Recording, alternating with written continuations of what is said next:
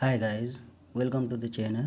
As we started the polity series, we are now going to cover the entire NCERT polity class wise.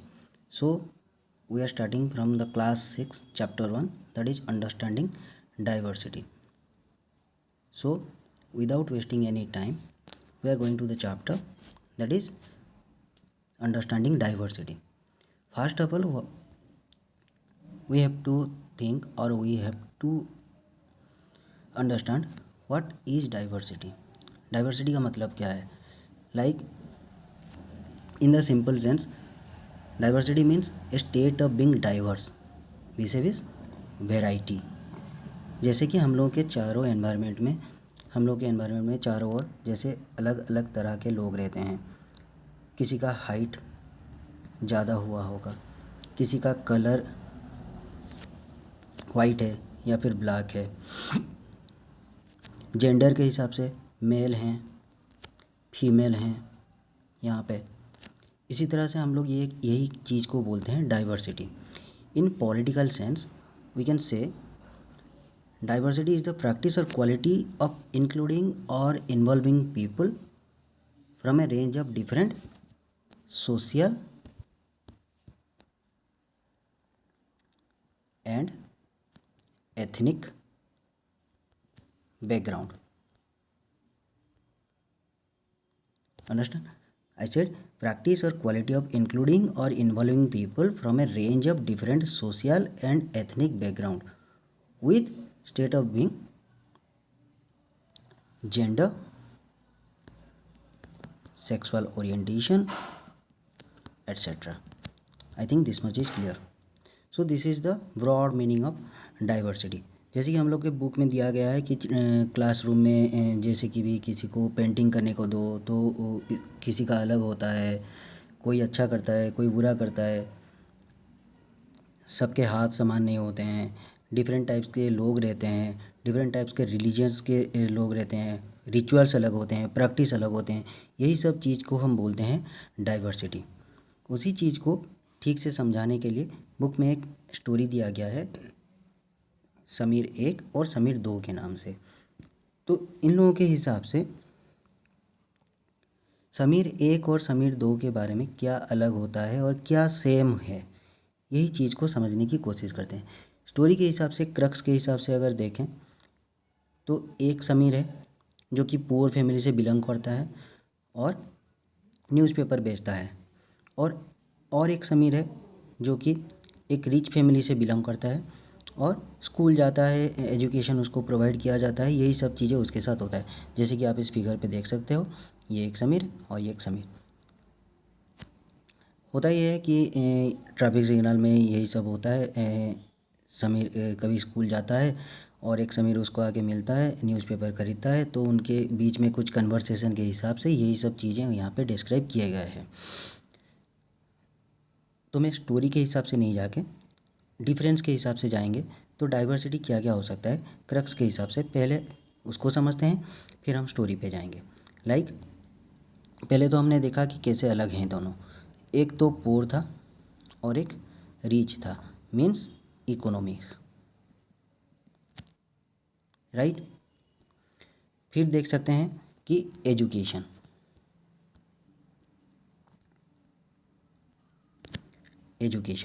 और एक हो सकता है जिस तरह से कलर, और कैसे अलग हो सकते हैं रिलीजन, राइट.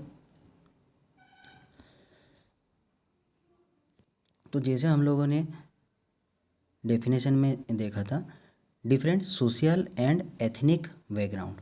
सोसाइटी इन लोगों का कुछ अलग हो सकता है. जैसे कि एक समीर का जो पोर होता है उसके सोसाइटी में क्या है, बहुत से पोर लोग रहते हैं, और एक समीर के हिसाब से वहाँ पे बहुत रिच लोग रहते हैं जहाँ पे कार, बाईसाइकिल्स वगैरह सब खरीद लिए जाते हैं. एक समीर के पास कुछ नहीं होता है करने को, और एक समीर के पास स्कूल जाने के लिए साइकिल्स भी होते हैं, उनके पेरेंट्स उसको प्रोवाइड भी करते हैं. एक समीर अखबार बेचता है, जैसे कि हालांकि एक समीर उसको कोई काम करने की ज़रूरत नहीं है, वो आराम से शिक्षा प्राप्त करके अपने हिसाब से लाइफ को मेंटेन कर सकता है. कमिंग फर्दर, इसमें यही बोला गया है कि एक समीर वहाँ पे न्यूज़पेपर बेच रहा था। एक बार उन दोनों के बीच मुलाकात हो गई। तो जब वो न्यूज़पेपर ख़रीदने के लिए बोला तो दूसरे समीर ने कुछ बोला उसको कि हाँ,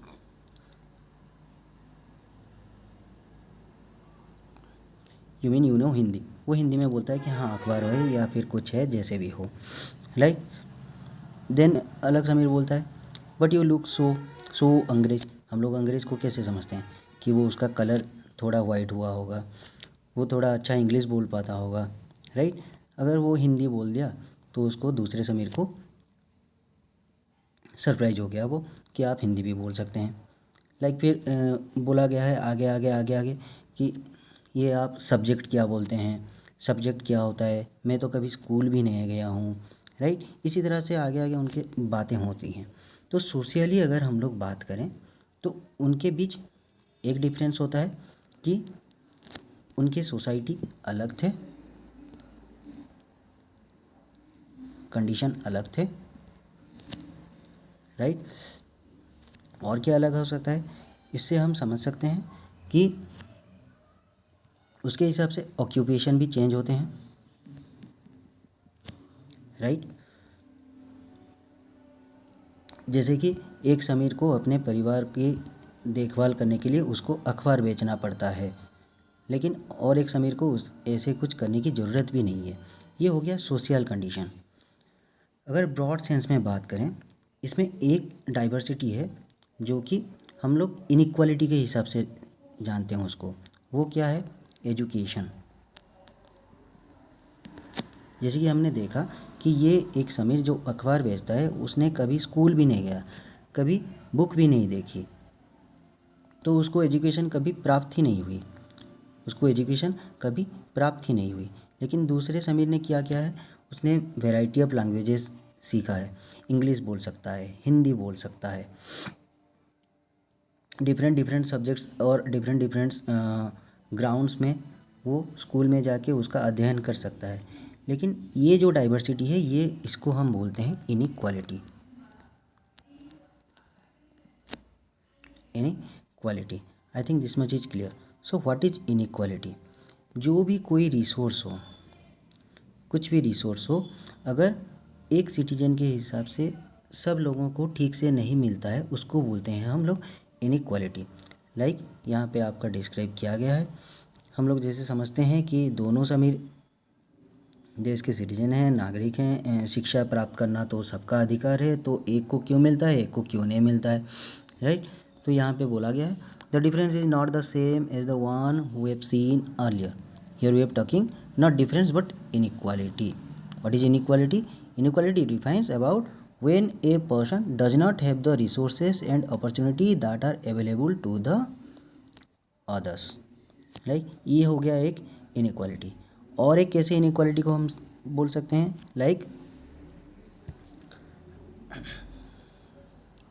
इकोनॉमिक कंडीशन। इकोनॉमिक कंडीशन, एक समीर की हालत बहुत ख़राब थी, उसके परिवार को देखभाल करने के लिए उसको काम करना पड़ता था, अखबार बेचना पड़ सकता था। लेकिन दूसरे समीर की हालत में ऐसा नहीं था। इसको कैसे रिलेट कर सकते हैं कि कंसंट्रेशन ऑफ वेल्थ।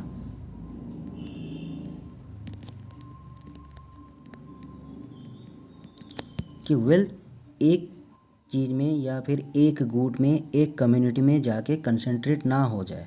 सबको बराबरी का हक मिलना चाहिए, सबके हिसाब से पैसे ठीक से बंटने चाहिए, सबको ठीक से रोज़गार करने का और अपने फ़ायदा देखने का समान अधिकार होना चाहिए। ये दोनों हम लोग देख सकते हैं कि इनइक्वालिटी के नज़रिए से। और डाइवर्सिटी के हिसाब से तो आपने देख ही लिया कि उन लोगों में रेस था, रिलीजन था, एक समीर हिंदू था और एक समीर मुस्लिम था। ऑक्यूपेशन के हिसाब से, सोसाइटी के हिसाब से, इसको हम बोल सकते हैं diversity, right. I think this much is clear. Going further, हमारे जीवन में कैसे आ सकता है डाइवर्सिटी? लाइक हमारे सोसाइटी में कैसे आ सकता है डाइवर्सिटी। फॉर एग्जांपल हमारे फैमिली को ही ले लीजिए, वैरायटी चाहिए तो हमारे फैमिली में फादर हैं, मदर हैं, ग्रैंडफादर हैं, ग्रैंड मदर हैं, ब्रदर्स, सिस्टर्स, सिबलिंग्स जो भी हैं, कजिन्स, बहुत सारे हैं। तो उसमें तो एक हम देख सकते हैं कि जेंडर में डाइवर्सिटी है। फिर फैमिली से आगे जाएंगे, हमारे सोसाइटी में जाएंगे या फिर जो अपार्टमेंट्स रहेंगे वहाँ पे जाएंगे, तो वहाँ पे देखेंगे डिफरेंट रिलीजन रहते हैं। उससे थोड़ा आगे जाएंगे, स्टेट आ जाएगा, दूसरे स्टेट में आ जाएगा तो उसमें लैंग्वेज का आ जाएगा, लैंग्वेज में विविधता आ जाएगा, वैरायटी आ जाएगी, राइट। और क्या हो सकता है, दूसरे स्टेट और अलग स्टेट में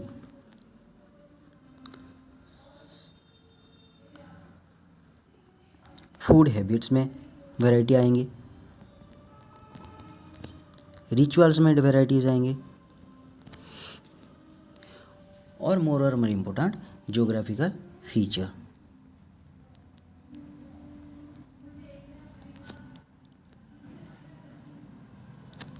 right, so this much is clear, I think this much is clear to you.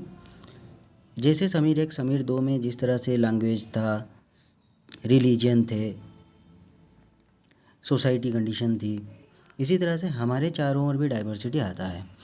जैसे कि डाइवर्सिटी किस तरह से डिपेंड करता है फिर से हम लोगों के लाइफ के ऊपर। लाइक हम लोग रहते हैं कोई ऐसे नदी पठार या फिर प्लेन एरिया में रहते हैं। मान लीजिए हम लोग प्लेन एरिया में रहते हैं, तो वहाँ पे क्या लोग करेंगे, ज़्यादा डेंसिटी रहेगा, लोग ज़्यादा रहेंगे। और अगर कोई माउंटेन वगैरह हो गया तो लोग तो वहाँ नहीं रहेंगे, लो डेंसिटी, डाइवर्सिटी आ गई ज्योग्राफिकल कंडीशन के हिसाब से, राइट। तो इस तरह से देखते हैं कि जो यहाँ पे राबी झेलम करके दिया गया है बहुत सारी चीज़ें कि एंशियंट के हिसाब से कोई एक अलग कर सकता है, बहुत सारी चीज़ें बदल गई हैं, किंग्स के हिसाब से बहुत सारी चीज़ें थी। कोई एक स्टोरी राइटर किसी तरह से कोई स्टोरी लिखेगा, जैसे कोई यहाँ पे लिखा गया है कि वो वहाँ पे एनिमल्स या फिर कुछ को जाके लिखेगा, फॉरेस्ट में जाके लिखेगा, या फिर कोई और एक राइटर आ जाएगा वो रियल लाइफ के ऊपर लिख लेगा। इस तरह से बहुत सारे एग्जांपल्स दिए गए हैं।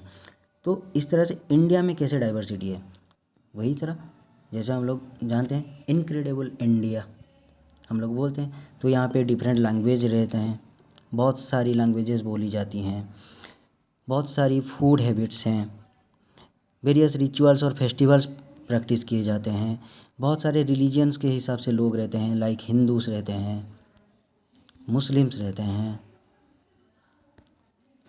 पारसीज रहते हैं, क्रिश्चियंस रहते हैं। इसी तरह से रिलीजन के हिसाब से भी डाइवर्सिटी है। फेस्टिवल के हिसाब से अदर स्टेट में अदर फेस्टिवल्स होता है। उड़ीसा में रथ यात्रा हो गया, आंध्रा में पोंगल हो गया।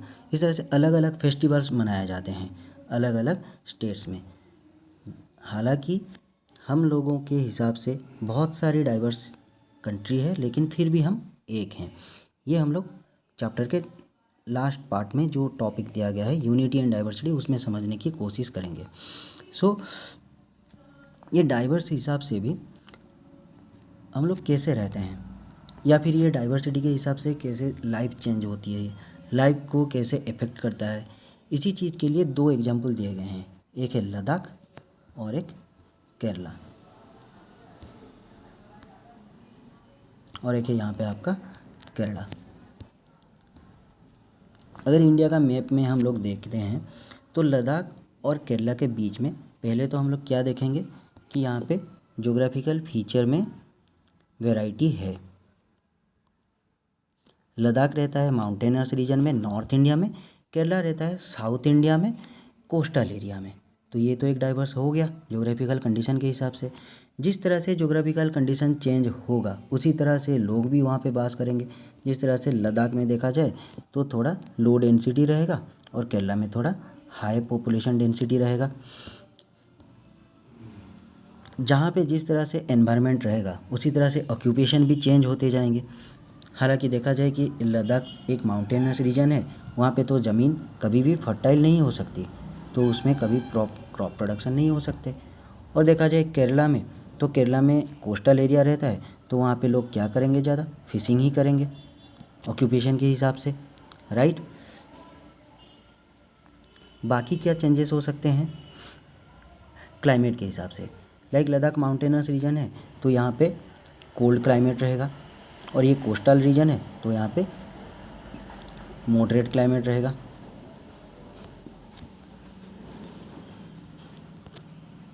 क्लियर। सो ये तो हो गया हमारे ज्योग्राफिकल फीचर्स के हिसाब से, पॉपुलेशन के हिसाब से, ऑक्यूपेशन के हिसाब से डाइवर्स हो गए। उसको देखते हैं कि कैसे अलग किया गया है। Ladakh is a desert in the mountain in the east of Jammu and Kashmir. Very little agriculture is possible ever since there was no rain, right. There are very few trees that can grow, और जो भी mountainous reason है glacier के हिसाब से वही के people drinking water के लिए उसको डिपेंड रहते हैं। स्नो मेल्टिंग के लिए वाटर डिपेंडेंट रहते हैं, melting of snow during the summer months, right.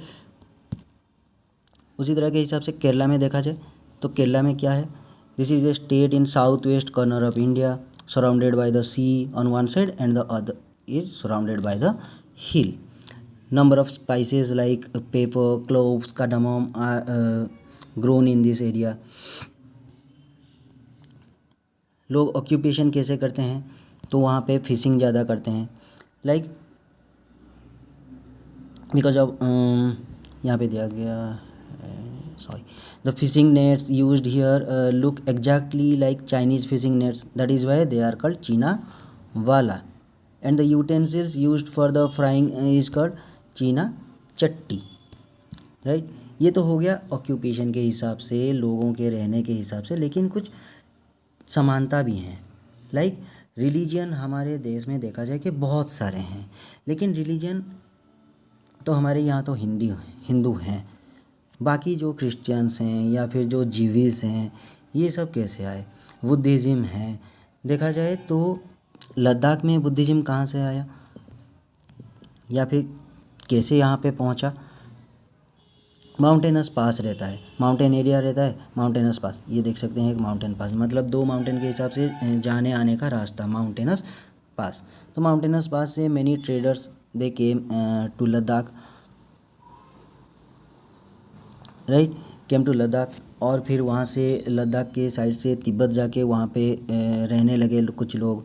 एक रूट बन गया वहाँ पे, ट्रेड रूट बन गया वहाँ पे, रास्ता बन गया तो एक ट्रेड रूट बन गया। बुद्धिज़्म आ गया, बुद्धिज़्म भी तिब्बत पे पहुँचा लद्दाख के हिसाब से, और लद्दाख को बोला भी जाता है कि लिटिल तिब्बत बोल के, राइट। और भी कुछ हैं जैसे कि मुस्लिम्स रहते हैं वहाँ पे। Islam was introduced in the Ladakh region more than 400 years ago. A significant Muslim population was here. Local versions of Tibetan national epic, the Kesar Saga. Kesar Saga is the Tibetan national epic, are performed and sung by both Muslim and Buddhist. Right? तो इससे हम समझ सकते हैं कि जैसे भी हो रिलीजन अलग अलग हों, फिर भी कुछ उन लोगों के हिसाब से यूनिटी रहा होगा। उसी हिसाब से केरला में देखा जाए तो केरला में कैसे अलग अलग रिलीजन्स थे। हम देखते हैं कि ये कोस्टल एरिया में है, बहुत से स्पाइसेस ग्रो किए जाते थे, तो बहुत से स्पाइसेस ग्रो किए जाते थे तो many foreigners were attracted there, like Arab traders was the first to come here. Apostle of Christ, the Saint Thomas is believed to come here in nearly 2000 years ago and he is credited to bringing Christianity to India. तो दो तो हम लोग आ गए, एक अरब हो गया और एक क्रिश्चियंस हो गए। अरब ट्रेडर्स आगे उनके हिसाब से इबन बतूता थे। इबन बतूता जब यहाँ पे रहते थे वहाँ पे एक ट्रैवलॉग भी लिखा था उन्होंने कि कैसे यहाँ पे लोग रहते हैं, कैसे कैसे डिस्कवरीज हैं, कैसे पोर्ट्स हैं, ये सब उनके ट्रैवलॉग से हम लोग पता चल जाता है उनको। फिर कुछ यूरोपियंस आए, लाइक वास्को दा गामा यहाँ पे लैंड किए थे। तो देखा जाए तो एक हिसाब से लद्दाख और केरला में हिसाब से, हमारे इंडिया के हिसाब से देखा जाए तो रिलीजन में कुछ हद तक समानताएं हैं। और किस चीज़ में समानताएं थी? हालांकि उन लोगों के ऑक्यूपेशन अलग थे, वो एक चीज़ करते थे जो समान था, वो क्या था? ट्रेड। हम लोगों ने लद्दाख एरिया में देखा था कि माउंटेनस पास के हिसाब से वो लोग traders, very many traders they practice trade. और केरला में ट्रेड कैसे करते थे? वहाँ पे तो वाटर ट्रांसपोर्ट फैसिलिटी था, ओशन था, तो वहाँ पे ट्रेड हो सकता था आराम से। स्पाइसेस वहाँ से जाते होंगे, फिश एक्सपोर्ट होता होगा, दूसरे देश से कुछ यहाँ पे आते होंगे, इस तरह से ट्रेड होता होगा। तो इतने सारे डाइवर्स के हिसाब से भी हम लोगों के हिसाब से समानताएं हैं, जो कि यहाँ पे आपके इस 2 पैराग्राफ्स में डिस्क्राइब किए गए हैं। Are quite different in terms of their geographical features. History of both regions has seen similar cultural influences. Cultural influences देखा हमने, सेम था. Both regions were influenced by the Chinese and the Arab traders. हालांकि spices और कुछ मतलब वहाँ पे जो केरला में देखे स्पाइसेस ग्रो किए जाते थे, और लद्दाख में देखा जाए तो वहाँ पे एक चीज़ था जो कि पश्मीना ऊल, क्योंकि यहाँ पे तो एग्रीकल्चर नहीं किया जा सकता, हर्डर्स रहे होंगे, ज़्यादा से ज़्यादा हर्डर्स रहे होंगे, गोट्स और सीप को यहाँ पे ज़्यादा से ज़्यादा लोग रखते थे, वहाँ से पश्मीना ऊल प्रोड्यूस करते थे, पश्मीना ऊल से पश्मीना शॉल प्रोड्यूस किया जाता था, जो कि बहुत महंगा भी है कश्मीर में जाके, राइट। तो अब देखते हैं कि यूनिटी इन डाइवर्सिटी, इंडिया में इतने सारे डाइवर्स होने के बाद भी हम लोग में कितना यूनिटी है। Going back to the history, Bharat को अंग्रेज़ों ने बहुत सालों तक शासन किया है। वो समझते कि यहाँ पे तो इतने सारे डाइवर्सिटी हैं, लैंग्वेज के हिसाब से हैं, रिलीजन के हिसाब से हैं, तो इन लोगों को आराम से अलग करके डिवाइड एंड रूल पॉलिसी जो बोलते हैं हम लोग, क्या बोलते हैं? Divide and rule policy use करके हम लोग आराम से इनके ऊपर शासन कर सकते थे। लेकिन हुआ क्या? Muslims, Hindu, men, women, they came together in the national struggles.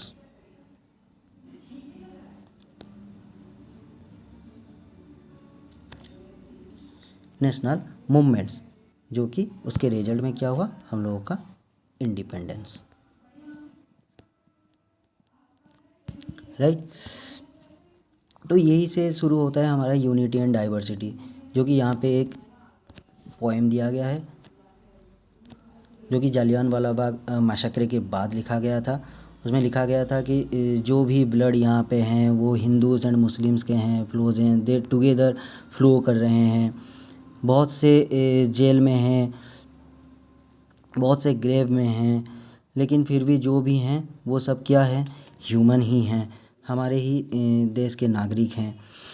तो इसी चीज़ को पहले बताया था, यूनिटी एंड डाइवर्सिटी वर्ड को, हमारे भूतपूर्व प्रधानमंत्री जवाहरलाल नेहरू जी ने। उनकी किताब था the discovery of India. In his book the discovery of India, Jawaharlal Nehru first incited the unity and diversity, right.